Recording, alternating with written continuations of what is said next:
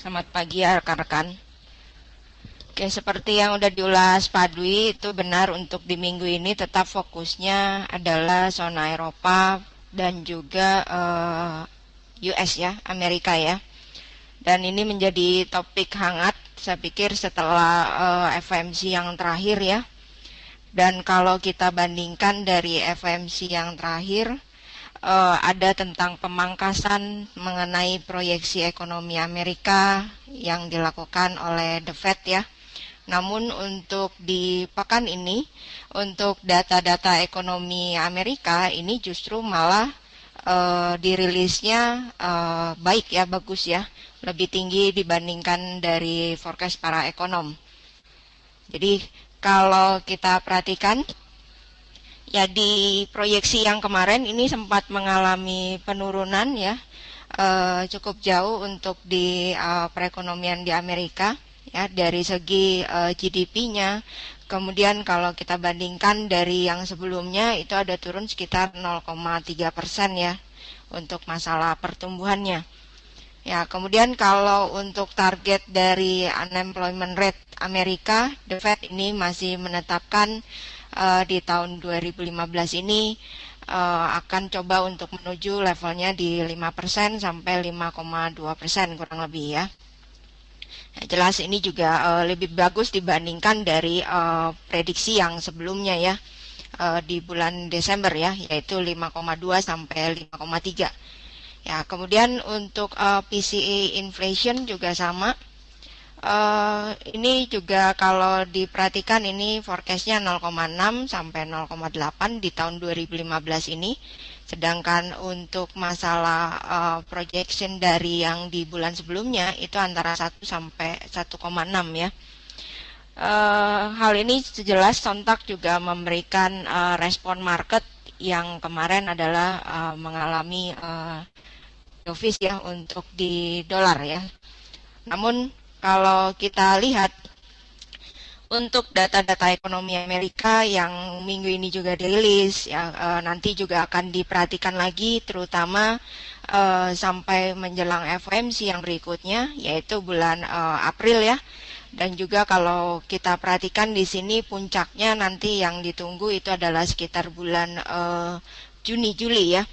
Nah, kalau di sini ini kita perhatikan di sebelah kiri ini ada mengenai proyeksi suku bunga acuan The Fed di tahun 2015 ya. Jika sebelumnya ini adalah proyeksinya adalah tetap mengalami kenaikan, ya, namun dilihat di sini prediksinya kalau diperhatikan di pertengahan Juni itu sudah mulai mengalami kenaikan ya. Nah, pada saat di FOMC di bulan Maret, ya dengan pemotongan pemangkasan proyeksi ekonomi dengan hasil FOMC minutes yang terakhir ya, ini ada sedikit perubahan yang tadinya sangat optimis untuk pertengahan tahun untuk kenaikan suku bunga Amerika ini mulai melandai kembali ya. Dan kalau kita lihat di sini dari beberapa survei ya yang diberikan oleh Bloomberg ya, kalau kita lihat di sini ya ini setelah kalau memang pertengahan tahun 2015 ini seperti yang komentar terakhir ini memang sudah dipatahkan ya dengan komentar Janet Yellen yang bernada dovish. Nah, ini berikutnya yang ditunggu oleh market itu adalah akan coba untuk memulai kenaikan itu adalah di bulan sekitar September maupun Oktober. Ya, dan hal ini juga tentu akan menanti untuk FOMC minutes yang tiap bulan kita akan mengikuti ya, terutama di bulan depan yaitu di bulan April ataupun di bulan Mei ya. Itu. Nah, kemudian kalau kita lihat untuk pergerakan dari indeks dolar, ya kemarin juga sempat sudah dibahas untuk performa penguatan dari indeks dolar.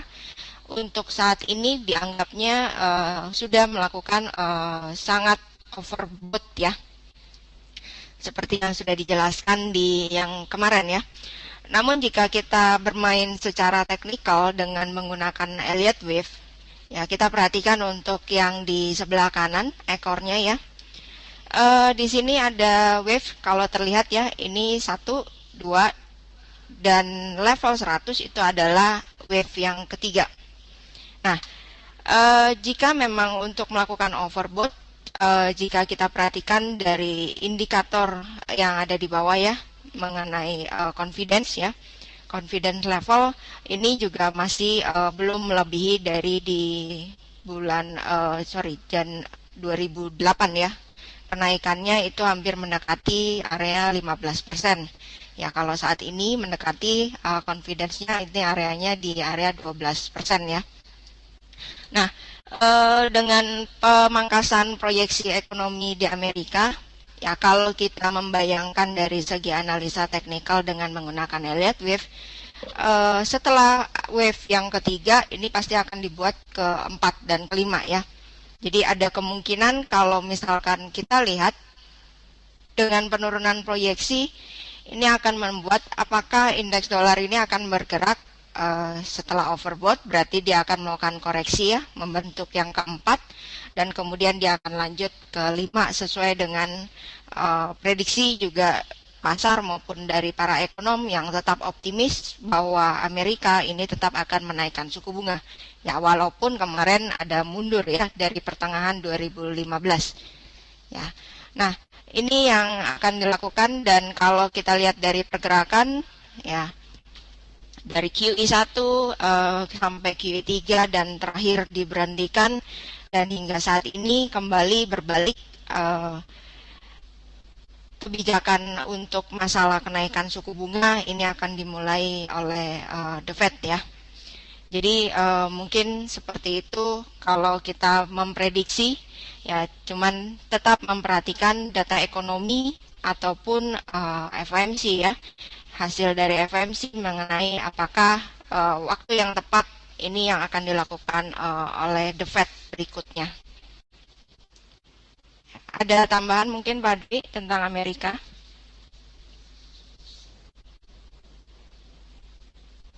Melihat optimis pada bulan Januari kemarin bahwa tingkat suku bunga akan di bulan April akan dinaikkan, saya kira tidak lepas dari tingkat inflasi yang terbaca hingga bulan Oktober sebesar 0,1% atau 0% dalam keadaan positif.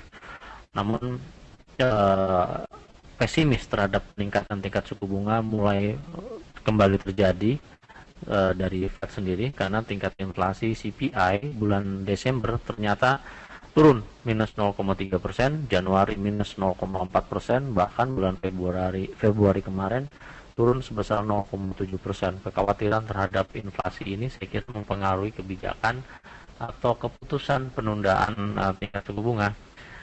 Namun yang terjadi kemarin pada pengumuman tadi malam langsung melonjak dari minus 0,7% jadi 0,2%. Memang belum dalam keadaan positif, namun hal ini saya kira cukup menarik untuk bahasan para analis, karena inflasi sendiri mendekati ke angka 2%, yaitu menjadi target di mereka. Jadi target makro terhadap inflasi CPI. Saya kira ulasan-ulasan setelahnya hingga bulan April dan bulan Juni itu semakin berkembang terhadap tingkat suku bunga, Bu Desi. Betul. Dan kalau kita perhatikan juga masalah angka inflasi ini yang menyebabkan juga banyak para analis juga berbicara untuk saat ini performa indeks dolar ini sudah overbought dan kemungkinan akan melakukan koreksi ya. Saya pikir hanya menunggu data inflasi ini yang akan mengembalikan lagi optimisme pasar mengenai kenaikan suku bunga ya. Dan kalau kita perhatikan juga kemarin ada komentar juga dari Presiden The Fed dari wilayah San Francisco, ya John Williams ya. Ini juga mengatakan untuk kebijakan moneter ketat ini kalau beliau berpendapat harus dilaksanakan di pertengahan tahun ini. Ya, dan kalau kita mengulas lagi untuk masalah GDP dari Amerika ya. Ini kalau untuk John William ini juga berpendapat untuk pertumbuhan di Amerika ini kurang lebih akan coba untuk meraih ke levelnya 2,5% di tahun 2015 ini ya. Dan kalau kita perhatikan ini sedikit agak turun dengan proyeksi dari The Fed sebelumnya, yaitu 3%. Ya, jadi ada beberapa anggota juga dari The Fed ini juga yang sudah mengeluarkan suara ya mengenai kebijakan kenaikan suku bunga. Jadi kalau kita ambil satu solusi, memang ini mundur dari proyeksi yang sebelumnya, tetapi untuk di Amerika ini tetap akan menaikkan level suku bunga. Ya, oke, kita lanjut untuk yang berikutnya ya. Nah, kalau di Eropa ini berbeda dengan di Amerika. Programnya pelonggaran ini yang dilakukan seperti yang sudah kita ketahui. Ya, untuk ECB kemarin juga sudah melakukan pelonggaran QE ya, dengan totalnya adalah 1,1 triliun euro. Dengan per bulannya ini akan dilakukan pembelian obligasi ya, itu sebesar 60 miliar euro ya. Nah, kalau kita perhatikan untuk QE yang dilakukan oleh ECB, ini sepertinya juga akan mengacu kepada program pelonggaran quantitative easing yang sudah dilakukan oleh Amerika ya sebelumnya. Namun kalau kita perhatikan di sini, untuk masalah quantitative easing yang dilakukan di zona Eropa ya, ini juga ada sedikit juga kalau kita lihat dengan jumlah yang tidak terlalu sama ya, atau sedikit berbeda dengan yang dilakukan di Amerika. Ya, ini juga ada sedikit keraguan juga dari pasar apakah program quantitative easing yang dilakukan oleh ECB ini dapat membangkitkan untuk perekonomian kawasan zona Eropa. Yang kalau kita tahu memang untuk masalah krisis utang ini juga sudah menjadi garis merah untuk di zona Eropa ya, dan yang terfokus ini juga untuk belakangan terakhir itu adalah di Yunani ya.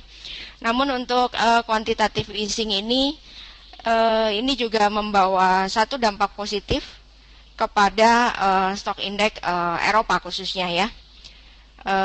Dan kalau kita lihat ini ada DAX di sini sebagai indeks saham dari Jerman ya.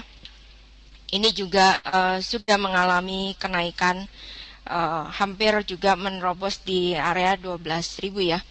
Nah, kemudian untuk tahun ini juga DAX juga sudah mengalami kenaikan 24%.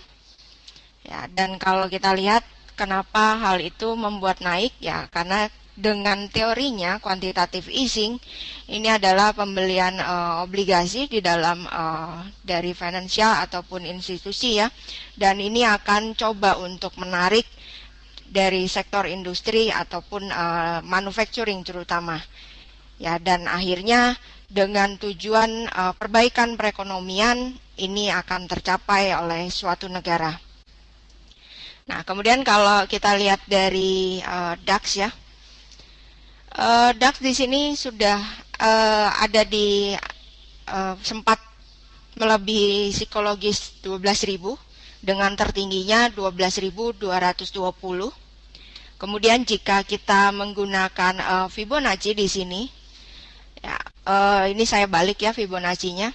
Berarti untuk koreksi yang dilakukan sekarang hingga ke level 11.810, ya, ini masih sekitar 23,6% ya kurang lebihnya.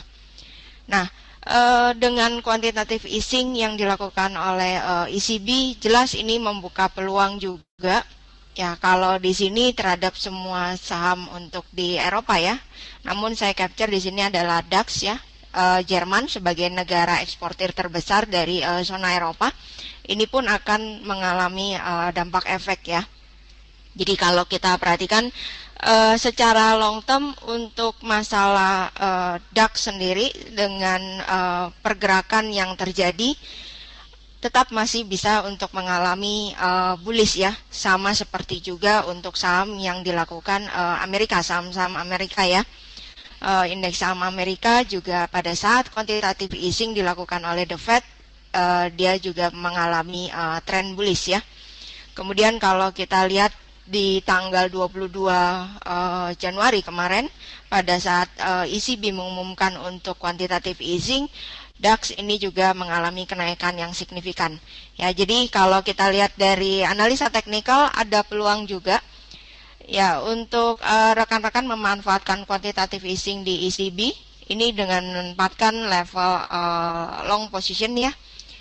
Jika rekan-rekan sabar ini bisa menanti ke area 11.200 ya sebagai Fibo 61,8%. Namun jika 12.221 rekor tertinggi yang sudah dibentuk oleh DAX ini mengalami penembusan, ya maka tren bullish ini akan berlanjut ke 12.600 hingga ke psikologis 13.000. Ya, itu untuk di zona Eropa. Ya, kemudian kalau kita lihat juga dari data ekonomi dari Jerman dengan quantitative easing yang dilakukan, ini juga sedikit sudah membawa dampak kepada manufacturing ya tentunya ya. Dan kalau kita lihat ini untuk masalah composite output dari Jerman ini mengalami kenaikan di 8 bulan tertinggi ya, itu di levelnya 55,3, lebih tinggi dibandingkan dari bulan sebelumnya 53,8 ya. Dan kalau kita lihat dari pergerakan di mata uang dari zona Eropa, ya ini juga sempat membentuk double top di sini. Ya areanya adalah Fibonacci 61,8%, 1.10300 kurang lebih ya. Dua top ini sudah dibentuk dan hasilnya positif dengan rilis data Jerman di hari kemarin ya. Namun untuk sekarang masih mengalami koreksi seperti yang terlihat juga pada indikator RSI yang sedikit melandai ya setelah memasuki area overbought ya. Kunci support untuk di hari ini kurang lebih 1.08810 ya, kemudian dengan resisten double top ini ya. Nanti rekan-rekan juga bisa melihat apakah penerusan dari symmetrical triangle ini akan berlanjut dengan penempatan long position jika terjadi penembusan double top di atas 1.10300 ya, tujuannya kurang lebih 1.11750 ya. Kemudian untuk di pound sterling ya, kemarin data juga sudah keluar untuk pound sterling ya. Namun untuk pergerakannya jika kita perhatikan data di malam hari dari Amerika ini mengalami positif ya, dan menghasilkan untuk di pound sterling ini mengalami penurunan ya. Tetap untuk masalah seputar kecemasan pemilu yang akan dilakukan di bulan Mei, ini juga membuat kekhawatiran pasar. Kemudian juga untuk masalah data ekonomi juga yang menunjukkan untuk di Inggris ini juga sama mengalami kemunduran untuk masalah prediksi kebijakan kenaikan suku bunga ya. Yang tadinya optimis di 2015 ini mundur, nanti akan dilakukan kemungkinannya di tahun 2016 untuk di Inggris ya. Nah, pergerakannya jika kita lihat ini masih berada di dalam symmetrical triangle juga untuk di pound sterling ya. Ya, rekan-rekan bisa memperhatikan support dari triangle. Jika melakukan penembusan support triangle, tujuan pelemahan dari pound sterling 1.47200 ya. Namun jika pound sterling mengalami penembusan di atas dari resistance triangle, ya tujuan pertama adalah 1.51640 ya. Triangle pattern ini yang diperhatikan. Kemudian untuk tadi pagi ini ada data dari New Zealand ya. Dan kalau kita lihat untuk trade balance-nya ini tidak terlalu menggembirakan. Untuk data ekspor ini juga mengalami penurunan ya. Range yang terbentuk kurang lebih 0.76950 sebagai resisten, kemudian supportnya 0.75400 untuk di New Zealand kiwi ya. Nah, range area yang di blok berwarna merah ini adalah kunci support dan resisten yang perlu diperhatikan. Untuk saat ini juga terbentuk di sini dengan menggunakan RSI, itu adalah signal bearish divergence ya. Dan untuk sementara waktu diprediksi untuk New Zealand ini akan coba untuk mendekati support 0.75400. Kemudian kalau untuk di dolar yen, untuk masalah koreksi yang dilakukan dari indeks dolar ini juga turut membawa penguatan untuk di dolar yen ya. Jika kita lihat dengan menggunakan RSI juga, ya di sini terbentuk higher low. Kemudian untuk pergerakan harga terbentuk lower low ya. Dengan low yang tercatat di sini di hari kemarin itu adalah 119.20. Nah, kemudian jika kita lihat selama tidak ada penembusan di bawah 119.20 untuk di dolar yen ini akan coba melakukan bullish terlebih dahulu ya, rebound sesuai dengan bullish divergence yang diberikan oleh indikator RSI hingga mencapai 120.600. Ya, namun kalau kita lihat dari segi yang lebih panjang di sini, support kunci untuk pekan ini kurang lebih area yang trendline berwarna hitam itu adalah 118.20 ya tepatnya, atau psikologi 118. Ya, selama tidak ada penembusan di bawah 118 untuk di dolar yen, secara tren menengah maupun jangka panjang ini masih dapat untuk menembus harga tertinggi yang sudah dibentuk di awal Maret sebelumnya ya, itu di area 122. Ya, kemudian untuk di komoditi, ya jika kita lihat untuk di komoditi ini ada di emas. Ya, bagi rekan-rekan yang sudah mengikuti order chartis sebagai fasilitas yang diberikan oleh PT Monex, ya secara gratis ini juga kita sudah mendapatkan signal di pekan kemarin, awal pekan ini ya, Nah, tren yang terjadi untuk di emas ini juga sudah melakukan penembusan di atas dari channel bearish yang terbentuk sebelumnya. Ya, dengan low jika kita lihat ini untuk sementara waktu kita anggap sebagai double bottom ya, secara jangka panjangnya itu area 1130 ya. Ini masih belum mengalami penembusan dan tetap mengalami rebound untuk sementara waktu ya. Jika kita lihat untuk penembusan dari channel bearish ya, ini sudah mencapai 1195. Ya, untuk hari ini adalah menjadi kunci resistennya. Jika mengalami penembusan di atas area tersebut, maka tujuan untuk penguatan dari emas 1209 hingga 1223. Ya, namun perhatikan jika terjadi koreksi, ya sesuai dengan indikator juga yang diberikan di sini sudah memasuki area overbought ya. 1177 ini adalah kunci support di hari ini. Ya, untuk pound sterling jika tetap ingin melanjutkan pergerakan bullish trend atau uptrend, 1177 ini harus terjaga. Ya, dan ini secara jangka panjangnya ya, 1130 itu adalah kunci support. Ya, dan kalau kita lihat untuk saat ini pergerakan dari emas ini tetap masih berada di dalam triangle yang terbentuk ya. Jadi pola yang terbentuk juga jika kita menggunakan Elliott Wave ini juga masih A, B, dan akan coba untuk menuju ke C. Antara dia menembus 1130 ataukah dia akan coba untuk stabil berada di atas 1200 ataupun 1300 untuk secara jangka panjang. Ya, kemudian ini adalah untuk di minyak. Ya, kalau kita lihat untuk pergerakan di minyak ini mengalami bullish ya, dengan pergerakan jika kita lihat secara intraday itu kurang lebih $2 sampai $3 untuk range pergerakannya ya. Kemudian jika kita lihat di sini juga untuk harga minyak ini kemarin juga sempat sedikit agak jatuh ya, seiring dengan penguatan kembali dolar ya. Nah, kalau kita lihat untuk pergerakan di hari ini, pergerakan minyak ini akan coba untuk menguji support terlebih dahulu. Ya, di sini di RSI juga terbentuk lower low ya yang terbentuk, namun di pergerakan harga terbentuk ini lower high di indikator RSI, kemudian di pergerakan harga terbentuk ini adalah higher high ya.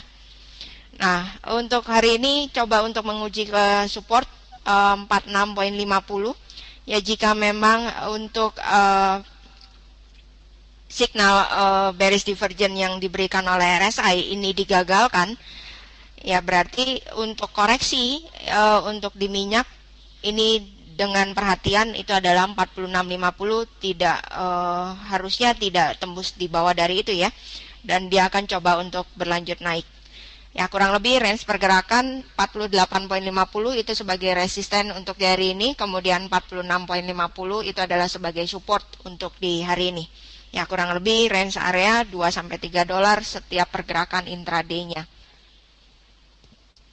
Nah, kemudian ini juga diambil dari order chartis hari ini ya. Rekan-rekan bisa memperhatikan di time frame 30 menit. Order chartis ini sudah mencinyaknya untuk pattern triangle di dalam time frame 30 menit ya. Dengan tujuannya dia akan coba untuk tes terlebih dahulu ke area support triangle. Ya, bisa diperhatikan juga untuk data di hari ini tidak terlalu banyak ya. Nanti fokusnya lebih ke zona Eropa. Jerman kembali mengulas data ekonominya mengenai business climate ya. Kalau dilihat dari forecast ini tetap mengalami kenaikan menjadi 107.4 dari 106.8. Kemudian dari Amerika ini juga sama, durable good dan core durable good ya. Kalau dari forecast ini sedikit agak mix ya. Core-nya ini mengalami kenaikan, sedangkan untuk month per month-nya ini mengalami penurunan. Dan terakhir crude oil inventories. Ya, kalau diprediksi dari 9,6 inventoriesnya berkurang menjadi 5.0. Ya, level area 48.50 jika mengalami penembusan di atas itu sesuai dengan inventories yang mengalami penurunan, ini akan memicu untuk pergerakan bullish lanjutan untuk di minyak. Ya, demikian Pak Dwi untuk morning briefing di hari ini. Silakan ada tambahan. Tidak ada, kesimpulan saja untuk hari ini dari Amerika Serikat. Tadi ulasan bahwa dolar indeks mengalami overbought. Kemudian juga dia menjauh ke moving average 200, kemudian posisi sekarang berada pada wave ketiga. Kemudian dari euro terlihat dipengaruhi oleh pergerakan dari data ekonomi Jerman yang semakin bagus. DAX mengalami kenaikan sebesar 24%. Kemudian juga dari euro terhadap US dollar dari currency sendiri terlihat terkoreksi cukup bagus dari bearish channel. Kemudian kita melihat dari resisten berada di 1.107, support pertama di 1.088, support selanjutnya ada di 1.75. Kemudian di pound sterling terlihat juga drop dikarenakan fundamental yang cukup negatif di pound sterling. Kemudian pola yang terbentuk ada symmetrical triangle. Kemudian di New Zealand terhadap US dollar terlihat resisten yang cukup jelas di 0.76, kemudian support di 0.75. Dolar yen terlihat dalam keadaan drop juga di resisten 120.60, kemudian support 119.21 hingga ke 118.00. Sementara di gold tadi diulas bahwa jangka menengah telah keluar dari dari bearish channel sehingga terjadi breakout berada di atas 117.20 sehingga support di 117.00, kemudian resisten di 120.94. Kemudian oil terlihat masih berada di bawah angka $50 per barrel, meskipun secara jangka pendek mengalami bullish. Kemudian kita melihat dari resisten di 48.52 sebelum menyentuh ke angka $50, kemudian support berada di 44.75. Demikian morning briefing kali ini, semoga seluruh informasi dapat bermanfaat dan dapat dimanfaatkan sebagai tambahan informasi untuk kita semua. Terima kasih. Morning briefing, selamat pagi dan selamat bekerja.